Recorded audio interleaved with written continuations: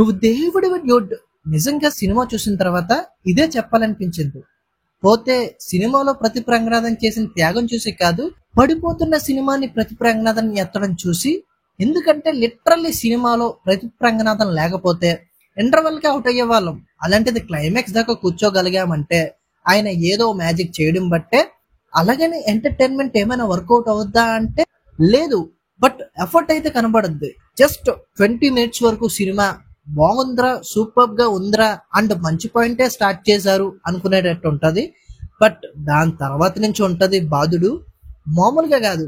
హీరోని ప్రేమించడం, హీరో ఏమో రిజెక్ట్ చేయడం, హీరోయిన్ పోయిన 6 నెలలకి మన హీరోకి జ్ఞానోదయం అయ్యి హీరోయిన్ ని ప్రేమిస్తానని చెప్పడం, పోయిన హీరోయిన్ పోయినట్టు ఉండకుండా అక్కడికి వెళ్లి వేరొకరిని తగులుకోవడం, పోనీ వాళ్ళ నాన్నతో అయినా వేరొకరిని ప్రేమిస్తున్నాను అని స్ట్రాంగ్ గా చెప్పలేక బకరాగా దొరికాడు కదా అని హీరోని పెళ్లి చేసుకుని వాళ్ళ బాయ్ ఫ్రెండ్ తో చేయాల్సిన కార్యకలాపాలన్నీ చేస్తూ అసలు ఆ క్యారెక్టర్ మీద ఒక ఇంప్రెషన్ లేకుండానే చేస్తారు. ఇక్కడ నుంచి ఇంకొంచెం ఇన్ డెప్త్ గా మాట్లాడుకుంటాం. సో స్పాయిలర్స్ ఉంటే సినిమాని ఇంకెవరైనా చూడకపోతే స్కిప్ చేసి పడండి ఈ వీడియోని. అండ్ వెళ్లే ముందు ఆ సబ్స్క్రైబ్ బటన్ అది క్లిక్ చేసేస్తే ఇక్కడ మీరు అనొచ్చు, అరే పిచ్చోడా వాళ్ళ నాన్నకి చెప్తేది, కాకపోతే వాళ్ళ నాన్న ఆనర్ కిల్లింగ్స్ చేస్తున్నాడని తెలుసుకుని భయపడి పెళ్లి చేసుకుంటాదరా అని అనొచ్చు. Correct point, valid point. But దాని తర్వాత ఏం జరుగుద్ది, తన బాయ్ ఫ్రెండ్ తో వెచ్చల విడిగా రోడ్ల మీద తిరిగేస్తూ ఉంటారు.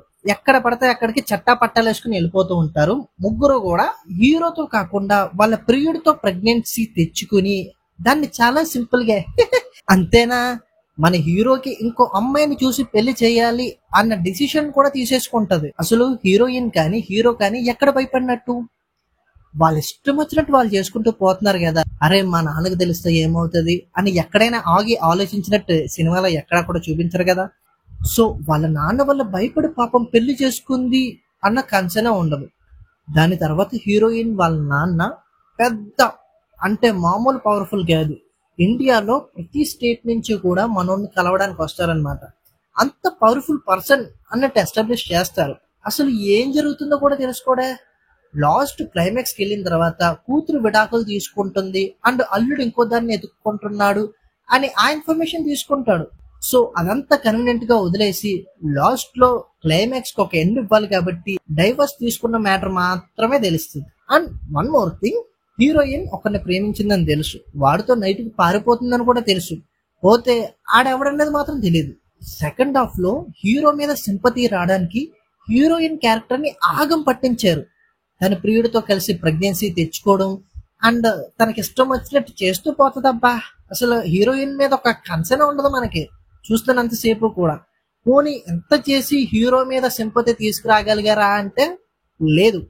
First of all hero A point లో కూడా హీరోయిన్ ని సిన్సియర్ గా పిచ్చిగా ప్రేమించేస్తున్నాడు అన్నట్టు ఒక్క సీన్ ఎస్టాబ్లిష్మెంట్ కూడా ఉండదు. ఆ ఎమోషన్ మనకి తగలదు. హీరో అంతకు ముందే ఇద్దరు అమ్మాయిని ప్రేమిస్తాడు, వాళ్ళని ప్రేమించినట్టే హీరోయిన్ ని కూడా ప్రేమిస్తున్నాడు అన్న పాయింటే ఉంటది తప్ప హీరోయిన్ ని నిజంగానే ప్రేమిస్తున్నాడు, దానికోసమే ఎంత త్యాగానికైనా ఒరుగడుతున్నాడు అసలు ఏ పాయింట్ లోనే అనిపించదు. అలాంటప్పుడు హీరో క్యారెక్టర్ కనెక్ట్ అవ్వలేనప్పుడు హీరో మీద సింపతి ఎక్కడి నుంచి కలుగుతుంది?